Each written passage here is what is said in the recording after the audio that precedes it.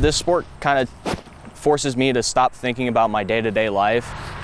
So it kind of is a way I find to de-stress and just kind of take a break from life. Calling it Rowdy Acres Disc Golf Course. There are 2 sets of tee boxes. One, the gold set, is a little more challenging than the white set, so we hope that it accommodates both competitive players and new players. I was really excited when I found out that this was being built, because a lot of people can try this out. And there's a lot of people that I've talked to that have seemed really interested in the sport, but they just don't have a way to try it, and I think this is a great opportunity. While there's not a ton of trees, there are enough to make it challenging, and there's lots of changes in level. In some cases, you're teeing off above the hole.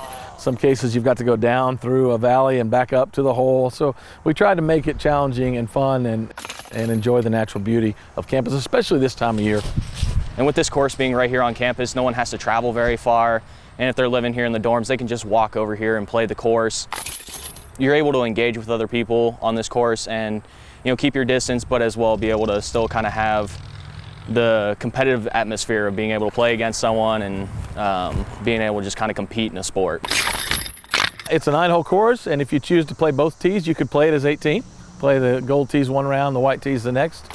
You can play it multiple times. We just hope we have some students out enjoying it as an alternative.